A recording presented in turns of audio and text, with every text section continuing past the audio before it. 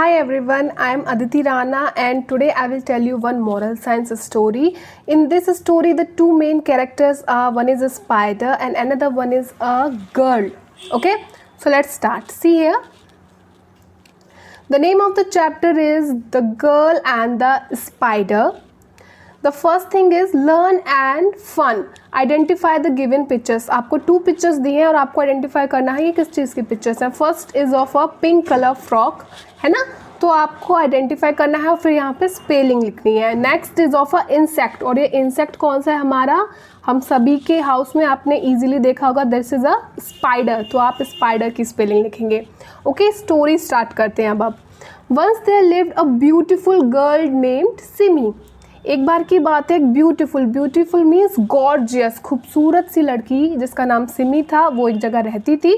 One day she was climbing the stairs. यहाँ पे climbing का मतलब जंप करना नहीं है. फॉर एग्जाम्पल जैसे हम कहते हैं ना क्लाइंबिंग द माउंटेन, यानी कि लोग ऊपर को जा रहे हैं. क्लाइंबिंग का मतलब है ऊपर की तरफ जाना, यानी कि she was climbing on the stairs, वो सीढ़ियों पे ऊपर की तरफ जा रही थी. To the attic. Attic means होता है वो स्पेस जो आपकी रूफ के नीचे होता है, जो आपकी घर की छत होती है उसके नीचे थोड़ा सा सीढ़ियों के पास स्पेस होता है, उसे हम कहते हैं एटिक, जहाँ पे हम अपना सामान रख देते हैं. ठीक है. To play with her toys. वो वहाँ पे क्यों जा रही थी, ताकि वो अपने टॉयज से खेल सके. Suddenly her frock made out of muslin cloth. Suddenly क्या हुआ, अचानक से क्या हुआ, उसकी जो फ्रॉक थी, यहाँ पे आपको विजिबल होगी, उसकी जो न्यू फ्रॉक थी जो कि मुशन क्लोथ से बनी थी, यानी कि एक स्पेशल टाइप के कॉटन क्लोथ से बनी थी, वो gets torn by a sharp nail. Torn का मतलब होता है फट जाना या डैमेज हो जाना. ठीक है, वो टोन हो गई. कैसे हो गई, वहाँ पे कहीं पे कोई नेल लगी होगी, ठीक है, कोई वहाँ पे कील लगी होगी, उसमें फंस के वो फ्रॉक थोड़ी सी फट गई. When she saw the torn cloth piece of her favorite frock. जब सिमी ने देखा कि वो फटा हुआ टुकड़ा देखा अपनी फेवरेट फ्रॉक का, तो क्या हुआ, शी बिकेम वेरी सैड. वो बहुत ही उदास हो गई. She kept crying for a long time. वो बहुत समय तक रोती रही. ओके. नाउ हेयरिंग हर क्राइज. उसकी रोने की आवाज़ को सुनकर a spider that was busy in weaving his web came out. एक स्पाइडर, एक मकड़ी जो कि बहुत बिजी थी, बहुत ही काम कर रही थी, इन वीविंग मतलब होता है बुनना, है ना, जैसे निटिंग करती हैं आपकी दादी, स्वेटर बुनती हैं, वैसे ही वो क्या कर रही थी, अपना जाल बुन रही थी. वेब का मतलब होता है जाल. ओके. She came out. वो अपना जाल बुन रही थी, बिजी थी, पर फिर भी वो निकल के आई. He asked. यहाँ पे जो मकड़ी है वो बॉय है, आई थिंक मकड़ा है, तो ही आस्क्ड, उसने पूछा, What makes this beautiful girl sad? ऐसा क्या हुआ कि इतनी खूबसूरत लड़की है और वो इतना उदास है. Simi looked at him and sobbed. Simi ने उसकी तरफ नजरें उठा के देखा. प्रीवियसली सिमी क्या कर रही थी, वो रो रही थी.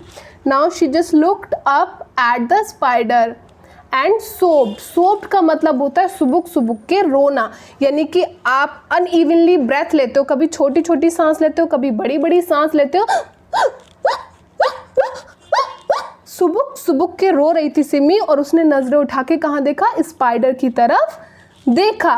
She said. उसने कहा, my lovely frock is torn. मेरी प्यारी फ्रॉक फट गई है. I am very sad. मैं बहुत दुखी हूँ. The spider smiled. तब उस मकड़े ने स्माइल किया. एंड सैड, और फिर उसने कहा, लुक एट मी. मुझे देखो. I worked so hard in weaving my web. मैं कितना हार्ड वर्क करता हूँ, कितनी मेहनत करता हूँ अपने जाल को बुनने में. It take hours and hours to create my home. मुझे घंटे के घंटे लग जाते हैं, ढेर सारे घंटे लग जाते हैं अपना घर बनाने में.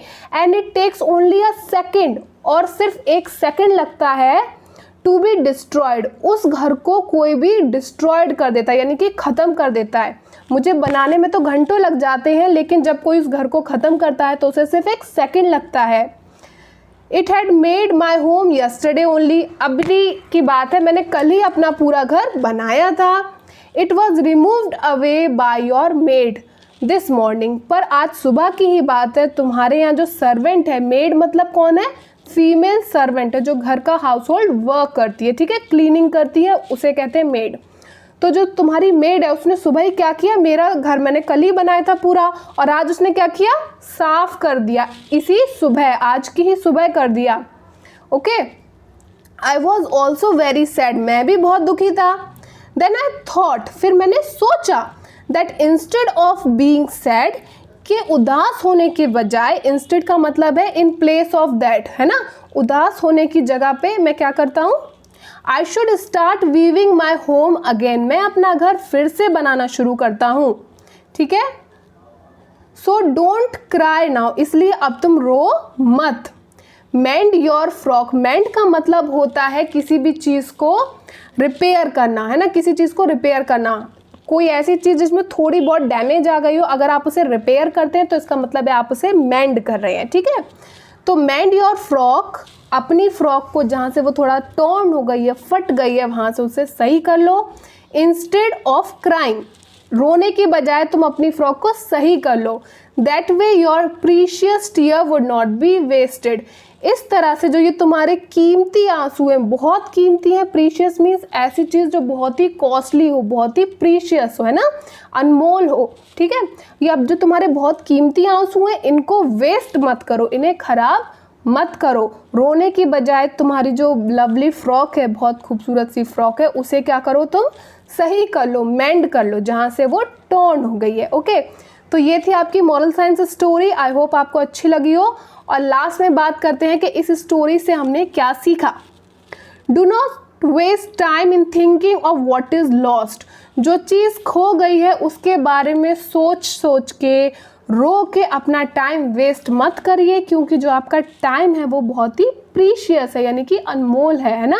और अगर आप सैड होते हैं तो आप अपना टाइम वेस्ट करते हैं, तो आपको अपना टाइम वेस्ट नहीं करना है।